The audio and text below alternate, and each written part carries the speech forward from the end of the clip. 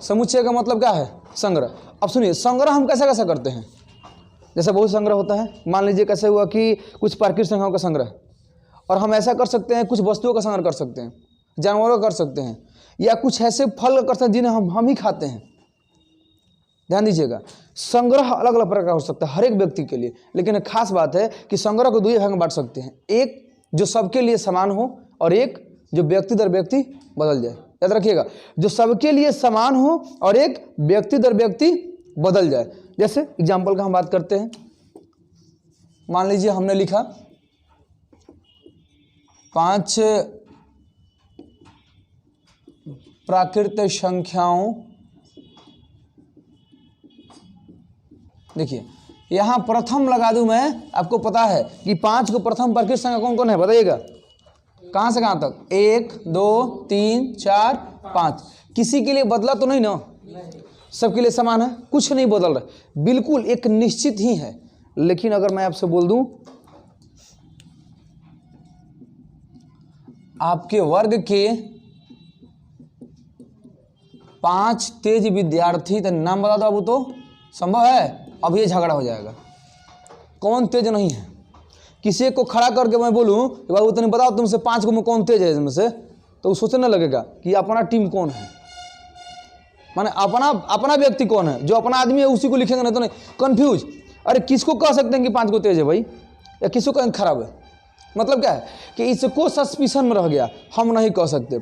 अगर व्यक्ति दर व्यक्ति हम खड़ा करें तो ये अपना 5 को अलग बताएंगे, ये लोग अपना 5 को अलग, मतलब जो जिसको जान सकता है, जो जिसके भावनाओं में तेज लगता है उसको बताएगा।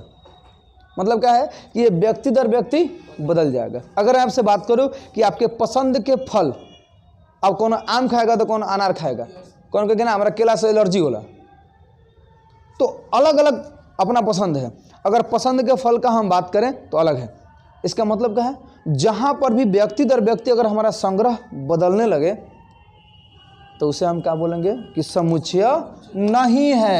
ये क्या है? समुच्चय नहीं है। और हर एक व्यक्ति के लिए अगर एक समान हो, वो कभी बदले नहीं, तो क्या कहोगे बाबू उसे? समुच्चय। तो बताइए कि एक्सरसाइज 1.1 का पहला क्वेश्चन में 12 क्वेश्चन है, बन जाएगा? सभी क्वेश्चन में यही चेक करना है आप लोग को, सभी क्वेश्चन में यही चेक करना है कि आप बताएं कि कौन इसमें से समुच्चय है और कौन नहीं है। हो जाएगा? कहीं भी इसमें मान लीजिए जैसे आएगा, मान लीजिए किसी पार्टिकुलर व्यक्ति के संग्रह के लिए, मान लीजिए मैं बोलूं कि भाई A1 मैथमेटिक्स में पढ़ने वाले बच्चों का संग्रह, ध्यान दीजिएगा, मैं क्या बोलूं? A1 मैथमेटिक्स में पढ़ने वाले बच्चों का संग्रह, तो भाई सबके लिए एक ही होगा, रजिस्टर पर जितना नाम होगा वो सबके लिए एक होगा। मैं आपसे बोलूं कि आपके कक्षा में बैठे सभी बच्चों का संग्रह, तो सबके लिए काउंटिंग एक ही होगा। कोई खड़ा होगा तो क्या बताएगा? सबका एक ही बताएगा। लड़कों का संग्रह तो एक ही बताएगा, बेंचों का संग्रह तो सबके लिए समान है, लाइट्स का संग्रह तो समान है। लेकिन अगर बात की जाए किसी के खाने का, तेज होने का, माने विशेष ऐसा गुण लगा दें जो विशेष व्यक्तियों में पाया जाए, संख्या निश्चित नहीं हो, तो कभी समुच्चय नहीं होगा। क्लियर? डाउट है अभी आप लोग को? क्लियर ना? अब ध्यान दीजिएगा, समुच्चय को हम निरूपित कैसे करते हैं? कहने का मतलब है कि समुच्चय का निरूपण कैसे होता है। अब क्या है ना कि पता है कि समुच्चय जो है कहीं ना कहीं हम संग्रह करते हैं, और संग्रह की जो वस्तुएं होती हैं उन्हें कहीं ना कहीं हमको एडजस्ट करके किसी न किसी कोष्ठ में रखना है। तो याद रखेंगे कि समुच्चय के जितने भी वस्तुएं होती हैं ना, अवयव होंगे ना, उन्हें कहाँ रखा जाएगा? मझले कोष्ठक में। ठीक है? तो सबसे बड़ा बात है कि इसकी परिभाषा के बारे में थोड़ा सा बात कर ले, लिख लेंगे कि समुच्चय का मतलब क्या है? वस्तुओं का सुपरिभाषित संग्रह। रुक जाएंगे, ये सुपरिभाषित और भाषित माने का अंतर है। परिभाषित और सुपरिभाषित, हम यूं कह सकते हैं कि इसके अंदर एक समान गुण है। क्या भाई? विशिष्ट गुण जो सभी व्यक्तियों के लिए निश्चित हो। ये आपका बुक लिखा हुआ है सुपरिभाषित संग्रह, लेकिन हम लोग कुछ नया लिखेंगे। क्या लिखेंगे भाई?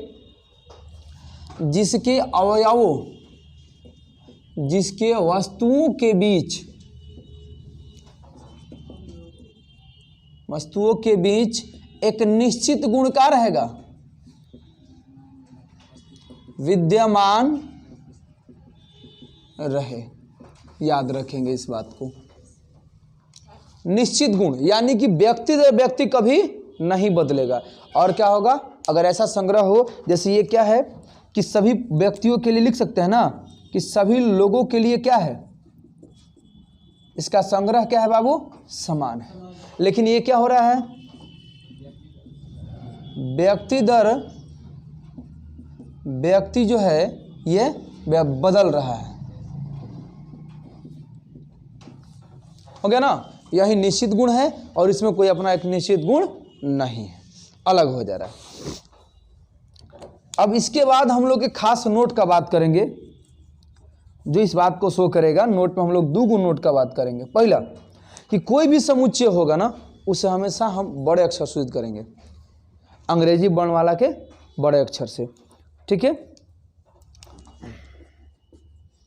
क्या लिखेंगे, समुच्चय को बड़े अक्षर यानी कि अंग्रेजी वर्णमाला, कैपिटल लेटर हम नहीं बोलते, कैपिटल लेटर, सीधा सीधा सा बात लिखिए, कैपिटल लेटर से हम इसे रिप्रेजेंट करेंगे। अब वहीं इसका जो अवयव होगा उसे किससे दिखाएंगे, स्मॉल लेटर से।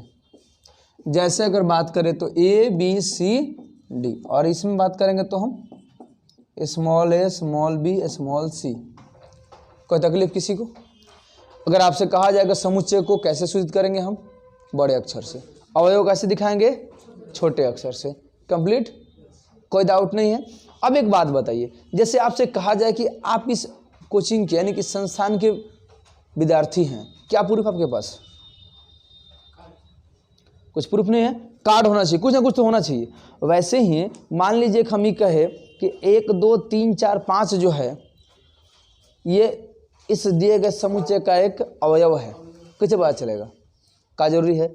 इसके लिए भी हमारे पास एक कार्ड होना चाहिए, और वो कार्ड क्या होता है, अपसाइलन। क्या रहेगा? अपसाइलन। जैसे अगर हम बात करें, मान लीजिए कि हमारे पास एक समुच्चय हमने ले लिया। एक खास बात बताया ना कि समुच्चय का अवयव कहाँ रखते हैं, हमेशा मझले कोष्ठक में, याद रहेगा ना। अगला ये नोट हो सकता था लेकिन ज़्यादा लिखना नहीं है, हमेशा मझले कोष्ठक में हम इसको रखेंगे।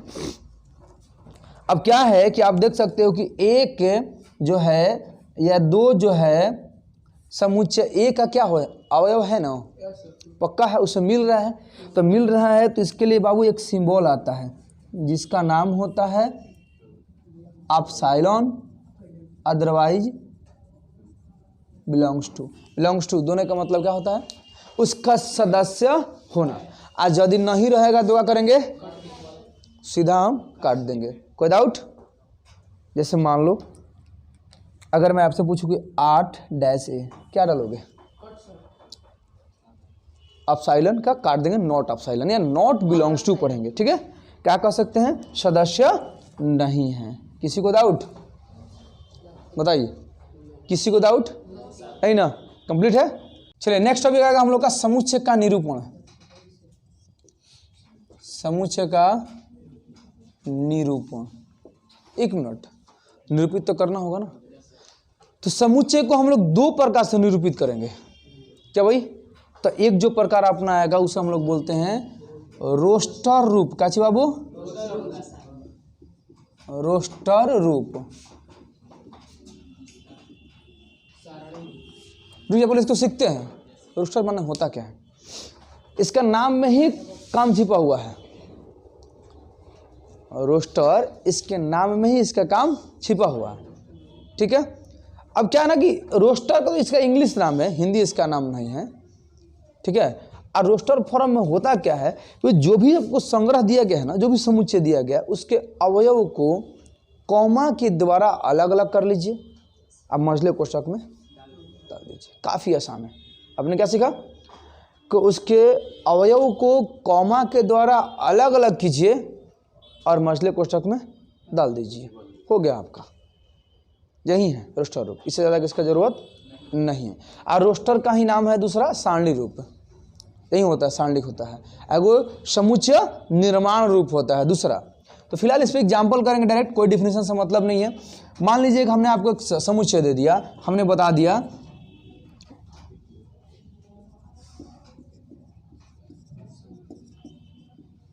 अंग्रेजी वर्णमाला के सभी स्वरों का, ध्यान दीजिएगा क्या क्या है जरा, वर्णमाला अंग्रेजी होगा, बताओ क्या स्वर होता है? बोलो स्वर। कोई बोला क्या इधर से? कहानी खत्म। पढ़ो पढ़ो लोग हो, बोलिए। ए ई आई ओ गधा रह जाएगा सब। चलिए, तो आपने क्या देखा यहाँ पर? हमने क्या किया कि पहला पॉइंट हमने काम किया यहाँ पे कि मझला कोष्ठक को लाया। क्या लाया भाई? मझले कोष्ठक को लाना। दूसरा काम क्या हुआ? अवयवों के बीच में हम कह सकते हैं कि अर्ध विराम का आना। दो काम हुआ, अर्ध विराम का आना, मझले कोष्ठक में लिखना, और इन्हें अंक द्वारा मतलब इन्हें अलग अलग सेपरेट करके हम लिख सकते हैं। ठीक है। और आपका जो सेकंड पार्ट आता है उसका नाम है समुच्चय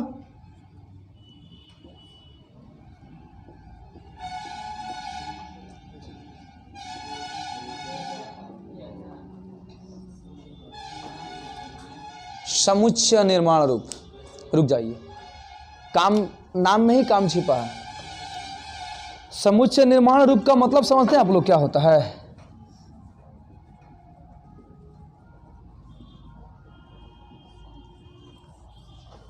समुच्चय निर्माण रूप, इसका मतलब समझते हैं क्या होता है? नाम में ही काम है।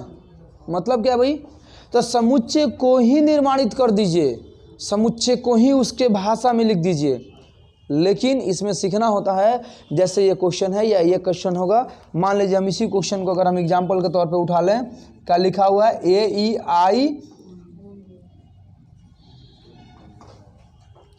रुक जाइए। तो सबसे पहला जरूरी होता है कि दिए गए अवयव को आपको एक विशेष चर के रूप में दिखाना होगा। पहला पॉइंट क्या सीखा आपने? चर के रूप में इसे दिखाइए। दूसरा काम करता है, मान लीजिए कि अगर आपने चर दिखाया तो उसी की भाषा में इसके गुण को लिखना होता है। मैंने क्या बोला? चर से दिखाएंगे और उसी के भाषा में इसके गुण को हम बताएंगे। जैसे शादी ब्याह में क्या होता है भाई? लड़का को दूल्हा बनाकर दूल्हे के भाषा में सब नौ तरह के जोड़ दिया जाता है कि फलाना फलाना फलाना फलाना फलाना लगी हैं, काम खत्म। वैसे ही जरूरी क्या है कि आपको पहले एक चर राशि चाहिए और उस चर राशि के पदों में दिए गए जो भी हमारे पास समुच्चय होगा इसके गुण धर्म को लिख दीजिएगा। ठीक है। अब जैसे बताइए इसको हम लोग क्या लिख सकते हैं? कोई भी चर राशि दे दीजिए, एक्स दे दीजिए। इसी के पद में लिखिए एक्स। एक क्या है? बस बस हो तो गया। अंग्रेजी वर्णमाला का क्या है भाई? बात समझ गए? लेकिन क्या इन दोनों के बीच तो झगड़ा होगा ना, कोई चीज नहीं होगा तो इन दोनों के बीच दो चीज एक साथ आ नहीं सकता है, तो इसलिए यहाँ पे गुण है चिन्ह दिया जाता है। इसका नाम सच दैट, सदैट से कहा जाता है, कोलोन का चिन्ह भी कहा जाता है। नाम क्लियर कर दें तो हम क्या करेंगे? चर लिखेंगे। यहाँ काम का किया गया है, चर के पद में गुण लिखा गया है। हो गया ना? चर के पद में गुण हो गया। और इस चिन्ह का नाम क्या है? कोलोन का चिन्ह। इंग्लिश में बोलेंगे तो हम लोग सच। कोई डाउट किसी को? क्लियर है? आइए कुछ और एग्जांपल लें। हम समुच्चय बी लिख दे रहे हैं जहां 2, 4, 6, 8 है। अब बताइए इसके बीच क्या संबंध है? कुछ लोग कहेंगे सम संख्या, लेकिन कितना सम संख्या? काउंट है ना, 10 से छोटा, 9 से छोटा, 8 से छोटा या बराबर, माने इसका कोई लिमिटेशन नहीं, कितने प्रकार से अपना जो खोपड़ा काम करे लिख दियो। ये भी लिख सकते हैं। ये भी लिख सकते हैं कि 2 गुणा एक्स, एक्स का मान 5 से छोट चाहिए, 4 हो सकता है, ये नहीं लिख सकते हैं। बस जो भी लिख दीजिए उसका गुण धर्म उतने आए, वापस अगर आप उसको तोड़िए तो उतना ही आना चाहिए, उसमें कोई परिवर्तन नहीं होना चाहिए। तो इस बार मान लीजिए कि आपकी मर्जी, आप कहेंगे नहीं सर हम वाई से बनाएंगे, कोई दिक्कत नहीं, वाई लिखिए ना भाई। हो गया? Y such that. वाई के पद में ये क्या है? एक 2 से विभाज्य एक प्राकृत संख्या, 2 से विभाज्य एक पूर्ण संख्या, 2 से विभाज्य एक धनात्मक पूर्णांक संख्या, 2 का गुणज। माने इसको इतनी विधियां हैं, इतना प्रकार है लिखने का ना कि सबका अलग अलग दिमाग काम करेगा। हो जाएगा ना? अपना अपना सोच लीजिएगा, जो सोचिए बस वो गुणधर्म लिख दीजिए। हम सामान्य का लिख दें, y 10 से छोटी एक सम